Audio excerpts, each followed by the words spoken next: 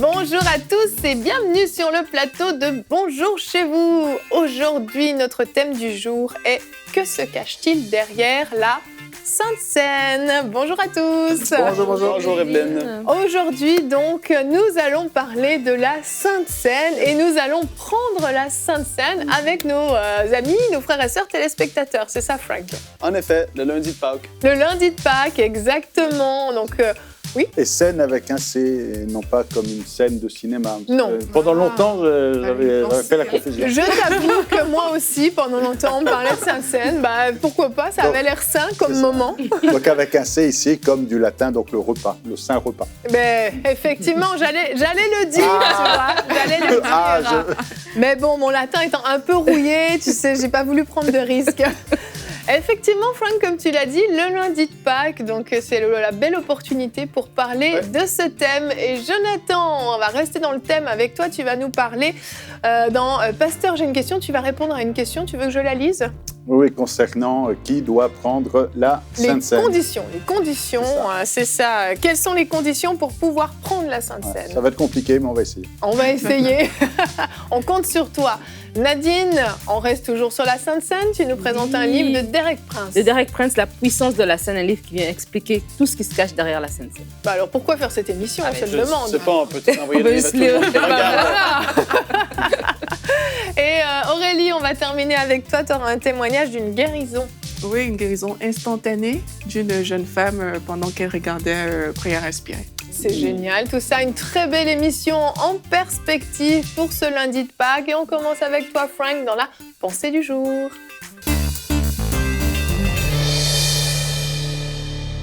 Et oui, aujourd'hui, on va parler de la Sainte Seine, de la puissance qui se cache derrière cela, parce que pour beaucoup de gens, la Sainte Seine ou le repas du Seigneur, la communion, peu importe le nom que vous lui donnez, il y a un peu cette pensée-là par rapport à ce que Jésus a dit. On va le lire ensemble dans Luc 22 et le verset 19.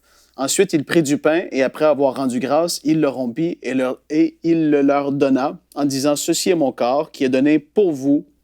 Faites ceci en mémoire de moi. » Donc, pour beaucoup de personnes, et surtout si vous êtes, entre guillemets, un petit peu plus jeune, vous n'avez pas saisi ou vraiment d'enseignement par rapport à la Sainte Seine, la communion, c'est plus, on dirait, un moment où on est là tous ensemble dans l'Église et un peu comme ici au Canada, il y a le 11 novembre, c'est le jour du souvenir. On est ensemble et on prend et on se rappelle Jésus, tu es mort à la croix. Et on dirait que c'est pas plus que ça parce qu'on ne saisit pas la puissance qu'il y a derrière. Et oui, en effet, on se rappelle de ce que Jésus a fait. Ça, c'est vrai. Mais quand tu regardes le contexte de ce que Jésus était après de dire aux disciples, c'est tellement fort. Parce qu'en fait, il était en train de leur annoncer qu'il y était sur le point d'avoir une nouvelle alliance que Dieu et Jésus allaient établir entre Dieu et les hommes. C'était le sang qui allait être versé, son corps qui allait être meurtri, ce qu'il allait faire au travers de l'œuvre de la croix. Il était en train d'établir une nouvelle alliance avec nous. Et pour les disciples, je les imagine qui étaient là autour de la table, et Jésus leur dit, voici, ceci est la nouvelle alliance. Ils devaient, à cette époque-là, ils comprenaient les alliances. Ils devaient se dire, mais une nouvelle alliance. On est dans une même alliance depuis des centaines et des centaines d'années. Et puis on se dit, wow, il va y avoir une nouvelle alliance qui va être établie. C'est tellement fort et puissant. Et le livre de Hébreux nous dit que nous tous, on fait partie de cette nouvelle et meilleure alliance qui est basée sur de meilleures promesses. Donc en fait, quand on prend la communion ensemble, on se rappelle de ce que Jésus a fait à la croix. Oui, certainement qu'il est mort, ressuscité, pardonné nos péchés, par ses meurtrissures, nous avons été guéris. Toutes ces choses-là, ça c'est sûr et certain. Mais il y a une puissance, c'est que quand moi je prends la Sainte Seine, je l'utilise dans ma propre vie. Je peux le prendre à la maison aussi. On va en parler un petit peu plus tard dans l'émission. Je la prends parfois par moi-même ou avec ma femme quand j'ai certains défis qui sont là. Parce que la Sainte Seine représente l'œuvre complète de ce que Jésus a fait à la croix. Et c'est tellement fort. C'est pas un moment où on est juste là à se remémorer quelque chose dans le silence. c'est un moment où on peut recevoir ce que Jésus a acquis au travers de la foi, par la foi, en fait. C'est comme ça. C'est un moment qui est très fort et on va prendre la Sainte Seine ensemble. Et avant, je veux juste vous exhorter, parce que la parole nous en parle dans 1 Corinthiens. On va aller le lire ensemble aussi. 1 Corinthiens, chapitre 11 et les versets 23. C'est évidemment le passage classique sur la Sainte Seine. « Car j'ai reçu du Seigneur ce que je vous ai enseigné, c'est que le Seigneur Jésus, dans la nuit où il fut livré, prit du pain et après avoir rendu grâce, le rompit et dit, « Ceci est mon corps qui est rompu pour vous. Faites ceci en mémoire de moi. » De même, après avoir soupé, il prit la coupe et dit, « Cette coupe est la nouvelle alliance en mon sang. Faites ceci en mémoire de moi toutes les fois que vous en boirez. Car toutes les fois que vous mangez ce pain, que vous buvez cette coupe, vous annoncez la mort du Seigneur jusqu'à ce qu'il vienne. » Et après ça, il nous exhorte à pouvoir s'examiner soi-même. On ne prend pas le repas du Seigneur n'importe comment. On doit être, premièrement, né de nouveau. On doit avoir vraiment vécu la nouvelle naissance.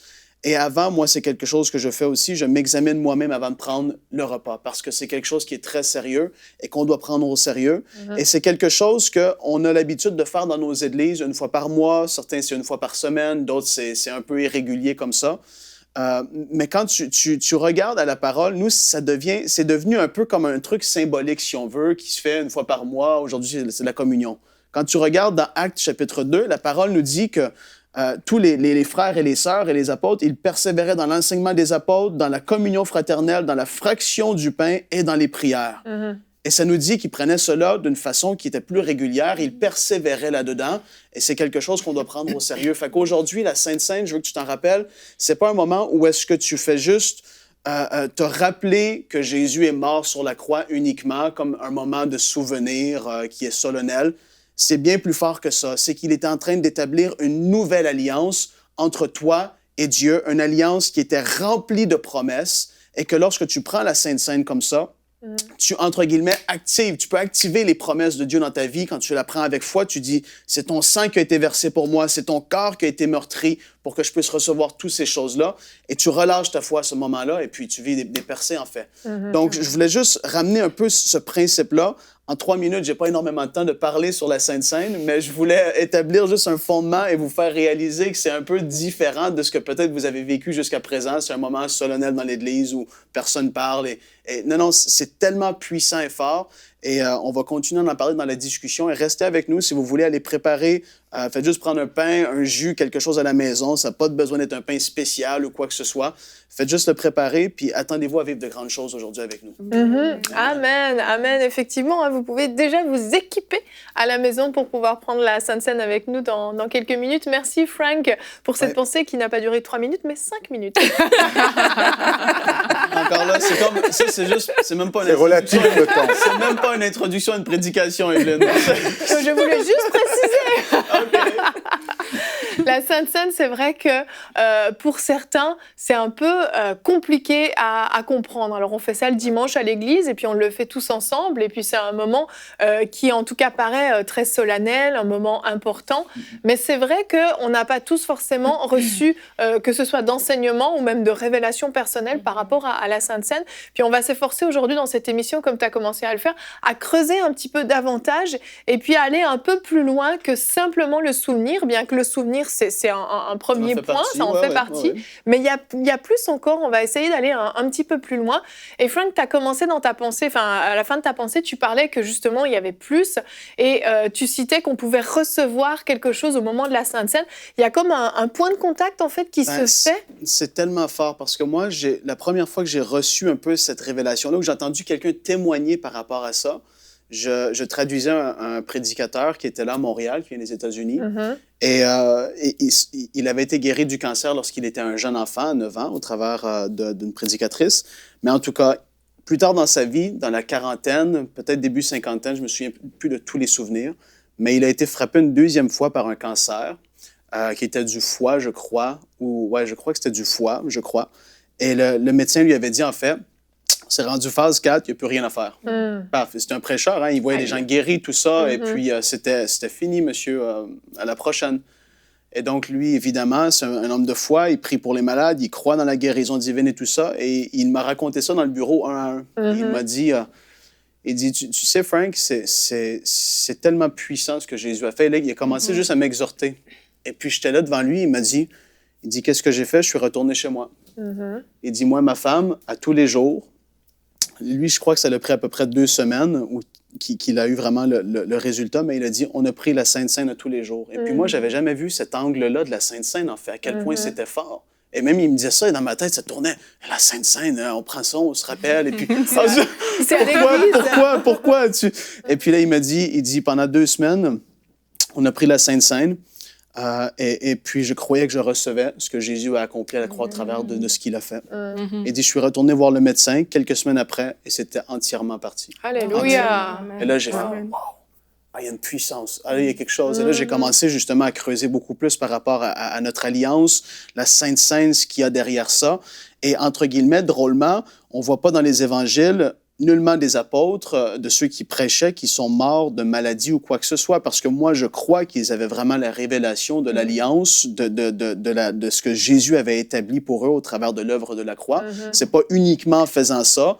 Il peut y avoir l'onction d'huile et tout ça. Comme tu dis, c'est une espèce de point de contact, si on veut. C'est tu fais, oui, tu as pris sur ton corps mes maladies. J'ai plus à les porter. Et là, je reçois. Et là, c'est comme ça, et j'ai entendu d'autres témoignages par la suite, des hommes et des femmes de Dieu qui sont très reconnus, je veux dire mondialement, qui ont vu des miracles extraordinaires, même pas en priant, en prenant la Sainte Seine, il y a eu des guérisons phénoménales qui se sont passées. Fait que c'est vraiment, oui, c'est un point de contact qui est là. Et pour vous à la maison, je veux vous encourager, peut-être c'est beaucoup, vous avez peut-être jamais entendu ça, mais c'est des faits concrets, des gens qui vivent aujourd'hui, qui ont vécu des énormes percées au travers de la puissance de la Sainte Seine qui est là, de l'alliance, de la nouvelle alliance qui a été établie. Parce qu'en fait, la Sainte Seine nous amène directement à la croix. On ne peut pas dissocier la Sainte Seine de la croix. Parce que la Sainte Seine en elle-même, le fait de boire une coupe de jus ou du pain sans levain, il n'y a pas de puissance là-dedans. Mais c'est que ça nous ramène directement à l'œuvre de la croix. Oui, absolument. C'est bien plus qu'un mémorial. Hein? Même si Jésus dit « Faites ceci en mémoire de moi », donc c'est sûr que c'est pour se souvenir. L'apôtre Paul dit « Souviens-toi de Jésus-Christ », donc c'est clair. Mais ce n'est pas juste « Je me souviens » pour me souvenir. C'est je me souviens et je me souviens des conséquences de ce que je me souviens. Donc c'est pas simplement je me souviens de ce que Jésus est mort sur la croix, mais je me souviens de l'impact de la mort de Jésus sur la croix. Et donc du coup, ça réactive d'une certaine manière. C'est pas juste je me souviens qu'il est mort. Il y a des crucifix partout dans les pays occidentalisés. On se souvient que Jésus est mort, mais ça fait rien. Parce que ici, l'idée, c'est d'être dans une communion. Et d'être donc participant à sa mort et à sa vie, et donc se souvenir de ce qu'il a fait, et que ce qu'il a fait a des conséquences directes sur nous, que ce soit au niveau de la guérison, au niveau de l'alliance, et de dire, je ne me souviens pas simplement qu'il y avait quelqu'un qui s'appelait Jésus, qui est mort sur une croix un jour, mais c'est que non, sa mort, c'est ma vie. Exactement. Pour aller dans le même sens, c'est vraiment de réaliser que c'est une réalité spirituelle, en fait. Non seulement ce qui s'est passé à la croix est réel, c'est réel parce que Jésus est mort, mais c'est réel aussi pour moi, parce que tout ce que Jésus a fait est mon partage quand j'ai accepté Jésus-Christ. Donc c'est vraiment de ne pas... c'est pas vague, c'est vraiment des choses concrètes, réelles, par rapport à notre vie qu'on est en train d'activer quand on prend la Sainte Seine. Et on connaît comment fonctionne le monde spirituel. Il fonctionne avec la foi. Et vraiment, quand on prend conscience de ces choses et qu'on active notre foi par rapport à l'œuvre de la croix et on prend la Sainte Seine, mais il y a des choses qui se passent. Et c'est comme ça qu'on a vu effectivement, comme Frank disait, de nombreux témoignages des personnes qui ont dit... Qui ont vu, en fait, qui se sont vues, par exemple, guérir parce qu'elles ont pris la Sainte Seine. Exactement. On va regarder notre verset du jour que tu as cité, Frank, 1 Corinthiens 11, 26. « Car toutes les fois que vous mangez ce pain et que vous buvez cette coupe, vous annoncez la mort du Seigneur jusqu'à ce qu'il revienne. » Frank, qu'est-ce que ça veut dire, ce verset? Ça, c'est puissant. Parce que j'aime quand je prends la Sainte Seine. Et puis, tu te rappelles encore là, hein, évidemment, Jonathan a un doctorat du livre des Actes. Il en connaît beaucoup plus que moi. Beaucoup plus que moi. Mais à cette époque-là, quand que tu t'identifiais chrétien, c'était comme un panneau dans certaines villes, « Persécute-moi » en fait. Et puis, c'était quelque chose qui était, à l'époque, c'était quelque chose. Et puis, ils se réunissaient ensemble. Et moi, je crois qu'ils le faisaient régulièrement. Le repas du Seigneur comme ça. Mais qu'est-ce que tu fais? C'est la parole nous dit, à toutes les fois que vous mangez et vous buvez cette coupe, vous annoncez. Donc, il y a une annonce, il y a un décret qui se fait que, entre guillemets, premièrement, je m'associe à Jésus et ce qu'il a fait. Pour nous, aujourd'hui, c'est commun dans l'Église, mais on se dit, on annonce quoi?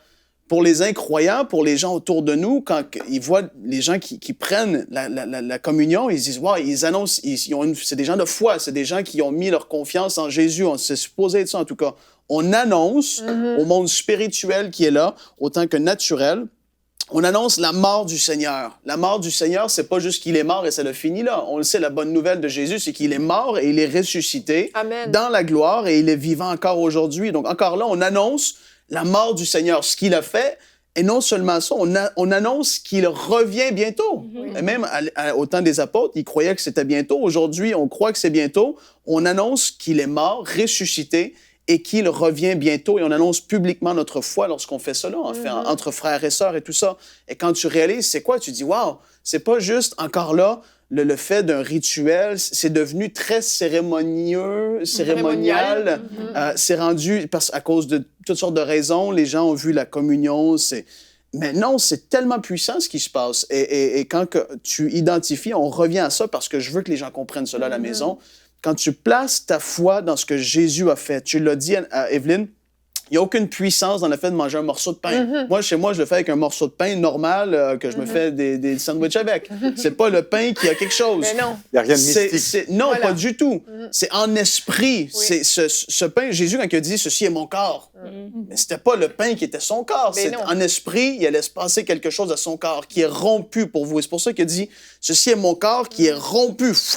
Flagellé, meurtri pour vous. C'est dans l'esprit qu'il s'est passé quelque chose. Et encore là, quand on regarde à ce qu'on annonce, on annonce sa mort et son retour qui est imminent aussi. C'est très fort. Finalement, on déclare qu'il est ressuscité. Absolument. C'est que ça ne s'est pas arrêté à la mort, à la croix, pas du tout. Mais ça va plus loin. On déclare sa résurrection, et qu'il revient, on déclare qu'il est vivant, finalement. Et c'est très fort. Hein. Tout comme quand l'apôtre Paul va dire qu'il a dépouillé les dominations, les a livrés en spectacle par le triomphe de la croix. C'est tout ça que l'on déclare, c'est le triomphe de la croix. Ce n'est pas juste une mort, c'est un triomphe. Exactement. Et une attitude d'attente aussi, de s'attendre à son retour. Et ça, c'est vraiment important. Et j'aime ce que tu dis, Frank, et j'espère que les gens à la maison le réalisent, c'est qu'au-delà de l'aspect cérémonie, parce que ça devient vite un rituel ou quelque chose que l'on fait, des fois, on le fait tout le temps, donc ça devient banal.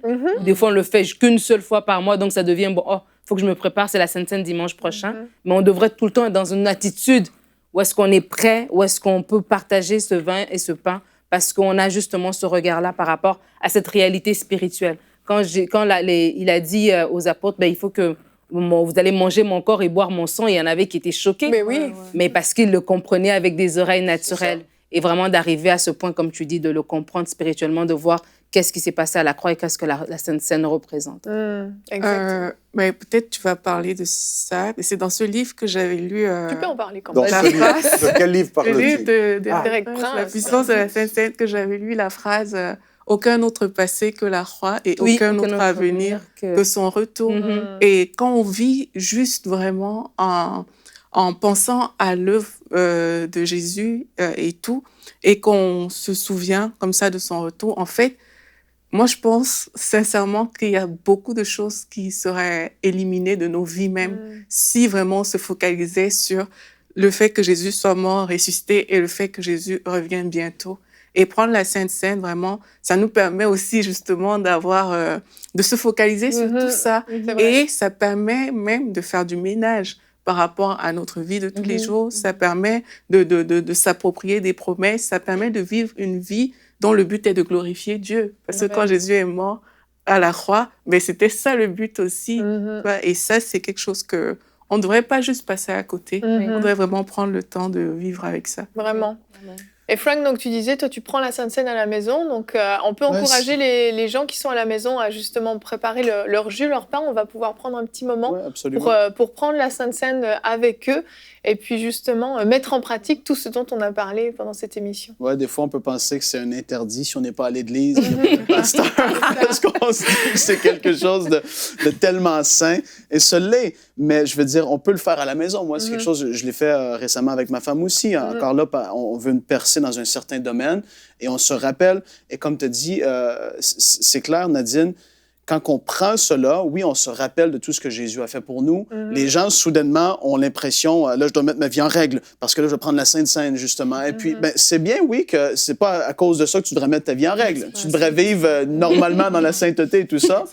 Mais quand tu prends la Sainte Seine, tu te le rappelles. Et comme je l'ai dit, moi, je crois que du temps des actes, il le prenait plus fréquemment que nous, on peut le faire, et d'une façon plus intime à la maison, avec peut-être les enfants lorsqu'ils étaient On le voit, il y a beaucoup de passages ça. où ils disent dans la fraction du pain. Oui, c'est ça. Il continuait comme ça, et encore là, ça devient une espèce d'habitude, si on veut le dire comme ça. Mais à tous les fois que tu le fais, le prenant avec respect, avec révérence, évidemment, et tout ça, oui, ça fait que tu te rappelles toujours, tu es conscient pleinement de ce que Jésus a fait, tu te rappelles de toutes ces choses-là. Beaucoup de gens ne vont pas à des églises, peut-être qu'ils nous suivent, forcément, ou des églises qui vont prêcher ce que Jésus a fait à la croix, qui prêchent la guérison et tout ça. En prenant cela, tu te le rappelles continuellement aussi de ce que Jésus a fait pour toi. Et ça change ta mentalité, ça fait que tu vois les choses un peu différemment. Je pense à une chose, Frank. On va peut-être d'abord répondre à la question. Dans Pasteur, j'ai une question pour que les gens sachent, puisqu'on parle de conditions à prendre la Sainte Seine.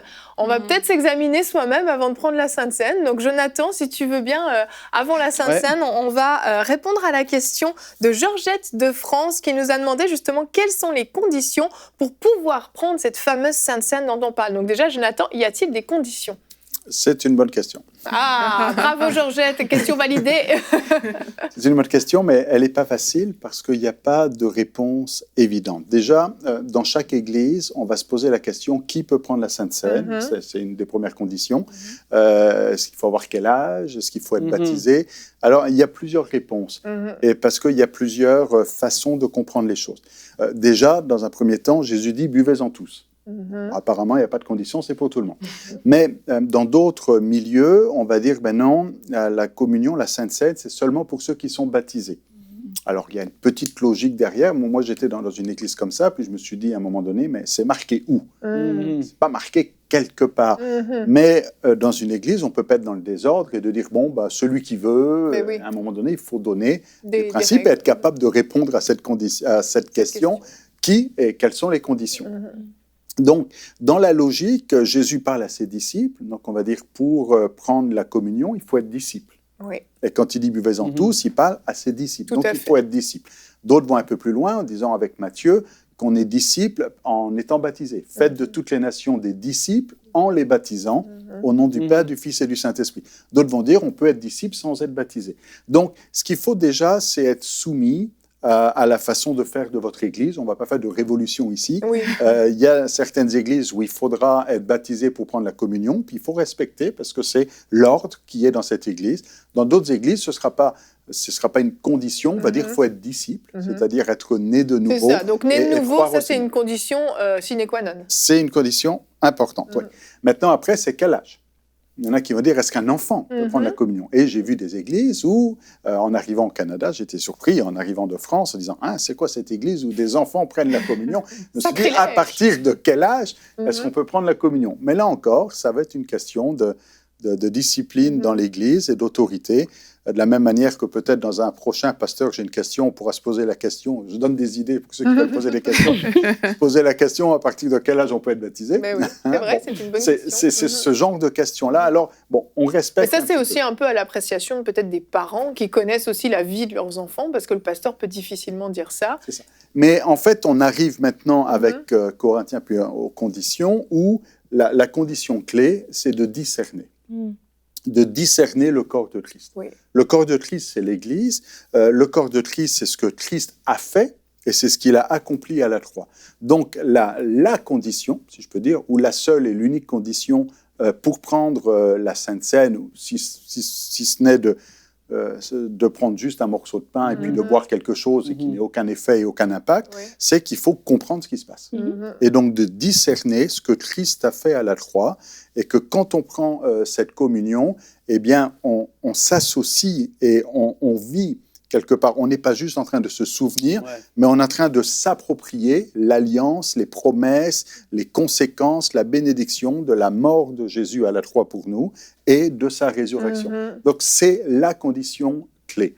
Maintenant, dans certaines églises, on va dire, mais attention, si ta vie n'est pas en règle, tu ne peux pas prendre la Sainte Seine. Je suis un peu frileux avec je comprends le raisonnement, mais qui a sa vie en règle? Jusqu'où on va dans le scan et pour savoir, bon, est-ce qu'il n'y a pas vraiment quelque chose qu'on peut se reprocher un jour?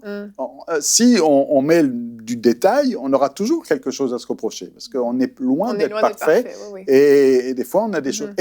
Et quelque part, je trouve ça un peu contre-productif, si je peux utiliser ce mot-là, mais un petit peu bizarre de dire, si quelqu'un est là dans une situation difficile et qu'on lui dit « tu n'as pas le droit de prendre la communion », je veux dire au contraire, c'est là qu'il va trouver sa délivrance, son secours, s'il discerne évidemment ce qui se passe ici.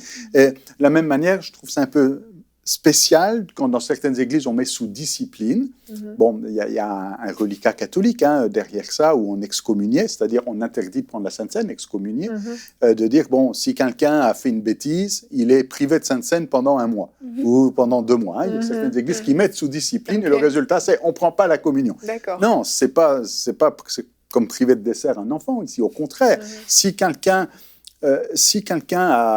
a commis un acte ou est tombé ou a mal agi, eh bien, il a besoin de la communion, il a besoin de la Sainte Seine et de revenir à la croix et puis d'être lavé, purifié par le sang de Jésus et puis se souvenir de ce que Jésus a fait pour lui. Mais il faut évidemment que ça se fasse avec ce discernement. Ce n'est pas juste un geste pour un geste. C'est vraiment... On rigole pas. Alors, il faut de la repentance, évidemment. Voilà. Il y a de la repentance, il y a du sérieux, et on s'approprie ce que Christ a fait à la croix. Donc, ce n'est pas un acte magique en disant, si je prends la communion, tout va être réglé. Non, c'est si je comprends ce que Christ a fait à la croix, et la communion me permet de vivre ça d'une manière plus concrète. Ok, merci beaucoup, Jonathan. Si vous avez des questions, vous pouvez nous écrire à l'adresse pasteur.j'ai-une-question@emcitv.com. Et on va donc prendre la Sainte Seine maintenant. Frank, si tu veux bien partager le pain. Exactement. Et puis, en fait, je vais vous encourager à la maison, c'est ça, si vous voulez le faire avec nous, mettez sur pause ou allez vite si vous êtes à la télévision et revenez. Et puis... ou attendez la rediffusion de ce soir. Oui, c'est ça. Et en fait, qu'est-ce que je veux vous encourager à faire présentement? C'est juste de vous rappeler et de penser à une certaine situation peut-être que vous vivez. Parce que comme je l'ai dit, vous n'avez peut-être jamais pris la communion dans l'optique, je vais recevoir au travers de ce que je vais relâcher ma foi, je crois dans ce que tu as fait, Jésus, pour moi, et je veux vivre cette percée dans ma vie. C'est financier, c'est ça dans le corps physique, la maladie qui est peut-être là, une percée pour la vie de vos enfants, des choses comme ça qui vous ont été promises au travers de la nouvelle alliance, de la bénédiction de Dieu qui est là. Faites juste, prenez un temps là, et pensez à ce que vous voulez vivre comme percée. Et qu'est-ce qu'on va faire? On va prendre ensemble la communion, on va prier ensemble. Et puis, avant d'y aller aussi, ça, la parole est claire, elle nous dit de s'examiner soi-même aussi.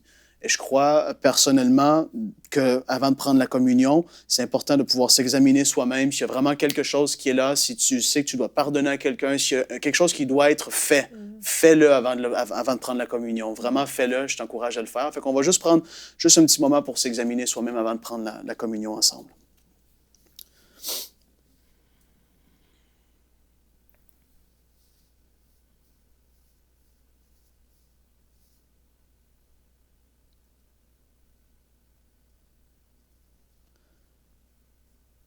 Père, je te remercie pour ce que tu as fait pour nous au travers de ton Fils Jésus.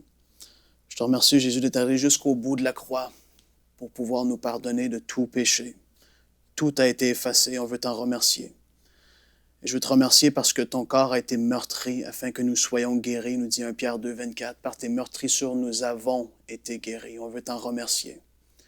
Je te remercie parce que tu es fidèle et que tu ne refuses pas à tes enfants de pouvoir obtenir ce que tu as acquis pour eux, Père. Et je te remercie parce que tu es toujours bon. Tu es toujours bon envers tes enfants, Père. Je te remercie. Tu es juste.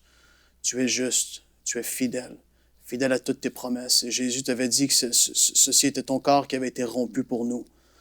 Et on veut juste se rappeler maintenant de ce que ton corps a été brisé pour nous et de ce que tu as fait pour nous au travers de l'œuvre de la croix, que tu as dépouillé, comme ça a été dit, toute domination, toute autorité, tu les as mis sous tes pieds.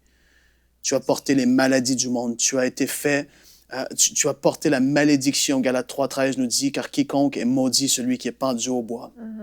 Tu as porté la malédiction pour nous. On veut t'en remercier de ce que tu as fait pour nous. Et on fait ceci, oui, en mémoire de toi, mais en croyant qu'on va recevoir la percée qu'on a besoin dès aujourd'hui. On va relâcher notre foi. Frères et sœurs, faites juste mangeons ensemble et dans une attitude de foi aujourd'hui.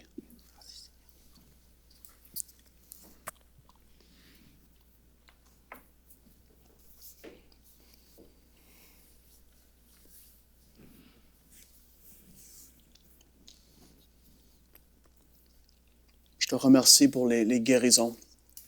Je te remercie pour les guérisons, Père, les guérisons que tu opères aujourd'hui, comme tu l'as fait tellement de fois dans le passé, les guérisons maintenant même. Nous parlons la guérison dans leur corps, nous décrétons, nous associons notre foi à la leur. Nous déclarons qu'ils ont été guéris et que ça se manifeste dans leur corps physique au nom de Jésus. On te remercie, Père. Et on veut se rappeler de ce que tu as versé ton sang pour nous, dans cette nouvelle et glorieuse alliance dans laquelle on fait partie. Je te remercie parce que c'est tellement un privilège. C'est tellement fort de faire partie de cette alliance.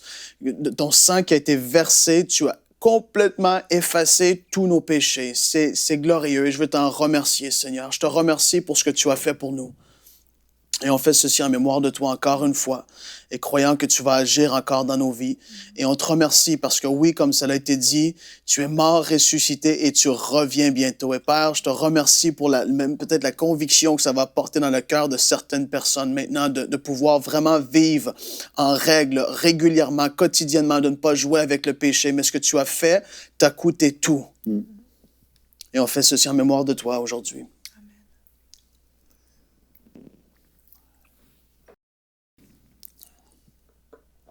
On te remercie, Jésus. Amen, amen, amen. Amen, amen. Merci Frank pour ce temps de partage. Et à la maison, je crois que vous avez été bénis et vous avez reçu, vous avez appris quelque chose par rapport à la Sainte Seine. Et on va rester dans notre thème. On va continuer maintenant en découvrant le livre de la semaine dans la rubrique Culture et Médias.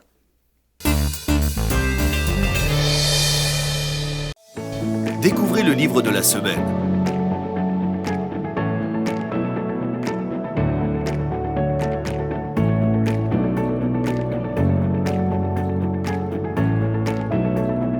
Disponible sur emciboutique.com.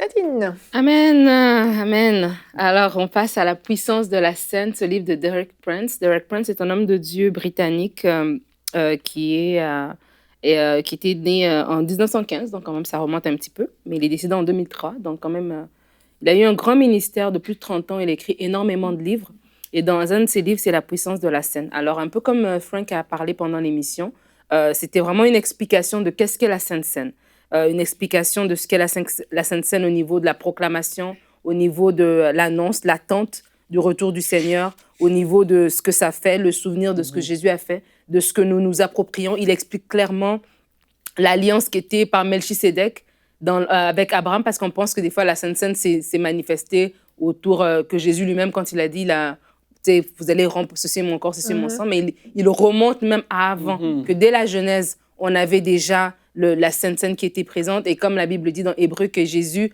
c'est Melchisédek en fait, et donc il est le sacrificateur pour toujours selon l'ordre de Melchisédek. Et donc il reprend un petit peu ça, il explique clairement tout ça. C'est un petit livre, mais c'est très profond. Donc, c'est à relire et à recomprendre. Et il prend beaucoup des textes de Hébreu et de 1 Corinthiens pour expliquer. C'est des réalités spirituelles qui, des fois, prennent du temps, surtout si on n'est pas enseigné là-dessus dans notre église locale. C'est des choses qu'on n'appréhende pas tous les jours. Donc, ça vaut la peine de prendre le livre, de l'écrire, de le lire, de le comprendre, d'aller dans la Bible, de lire le verset dont le pasteur parle, de chercher avec le Saint-Esprit, que le Saint-Esprit illumine les yeux de notre cœur. C'est un livre d'études. C'est un livre d'études, c'est pas un livre de juste lire comme ça. C'est vraiment un livre d'études, mais je trouve qu'il est super complet. Il explique très, très clairement et c'est accessible quand même. Oui, c'est profond, mais c'est très accessible et tout le monde, vraiment, j'encourage les chrétiens à le lire parce que c'est une réalité importante qu'on doit connaître en tant que chrétien aussi. La Sainte Seine, qu'est-ce que Jésus a fait, qu'est-ce que la fraction du pain, ce qu'on vient de faire ici, qu'est-ce que ça représente dans notre vie quotidienne, comment on peut vraiment aller chercher, comme tu as dit Aurélie, des réalités dans notre vie au travers de la Sainte Seine. Donc, La puissance de la scène de Derek Prince, disponible sur emciboutique.com. Merci beaucoup, Frank et Aurélie, vous l'avez lu et je pense que vous le recommandez également. Exactement, ouais. C'est parfait. Merci Nadine. On continue maintenant avec la rubrique témoignages. Donc Aurélie, on parle guérison et guérison instantanée aujourd'hui. Oui, exactement. C'est l'histoire de Chantal, qui est une Togolaise qui vit au Sénégal, le pays de Pasteur Jonathan. C'est compliqué, une Togolaise au Sénégal. Un blanc qui est né au Sénégal, c'est compliqué aussi. Ça se voit pas que je suis sénégalais? Si. Et Chantal nous a fait une vidéo qu'on peut regarder tout de suite. Bonjour, je m'appelle Chantal et je voudrais partager mon témoignage de guérison spontanée. Il y a quelques mois, j'ai été malade, j'avais le palu et quelques jours après, c'était une grippe avec extinction de la voix. Et je suivais un traitement qui me donnait comme effet secondaire des courbatures, des palpitations, je dormais mal, j'avais des frissons, j'allais pas bien du tout.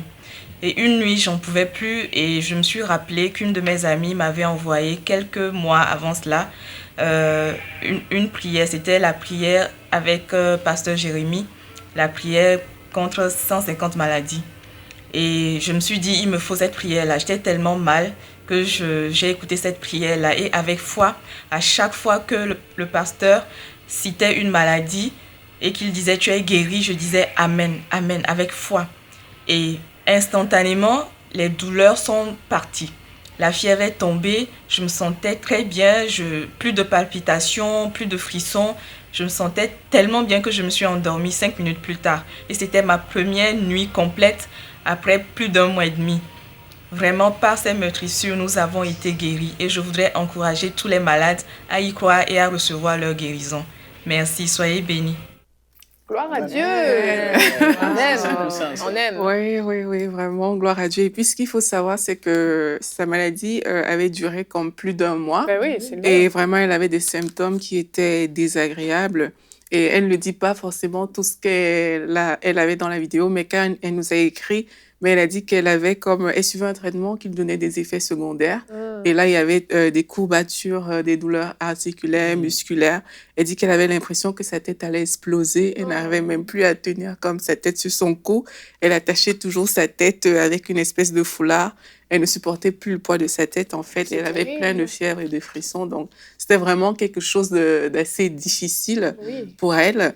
Et c'est cette fameuse nuit-là, à 4 heures du matin, alors que le poids de ses souffrances lui a fait chercher la vraie solution, en fait. Oui. Et c'est comme ça qu'elle s'est tournée vers cette vidéo de prière inspirée où elle a pu recevoir sa guérison instantanément.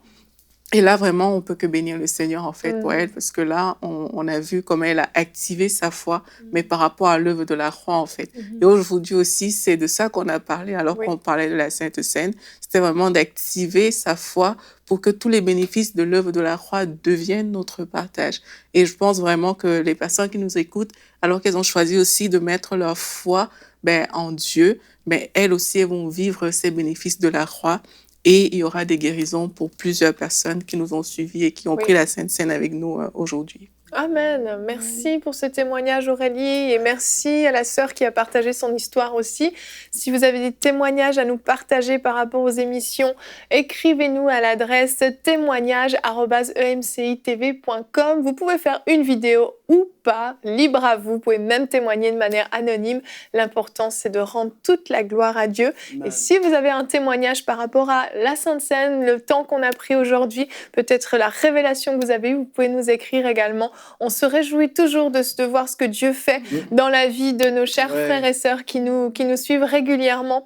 Merci à vous tous pour cette délicieuse émission qui nous a éclairés. Joyeuse Pâques. Et joyeuse Pâques, joyeux lundi de Pâques. On termine cette journée de Pâques en beauté avec la Sainte Seine et on va se retrouver demain. Notre thème sera « Cesse de te mépriser, tu as de la valeur ». Donc si vous avez tendance à manquer d'estime de vous-même, cette émission est pour vous. Et nous aurons une rubrique famille avec une invitée, pasteur Aïda Moussavou, qui nous vient tout droit de ACER, Rennes en France. Donc on se retrouve demain. Soyez bénis et bonjour chez vous.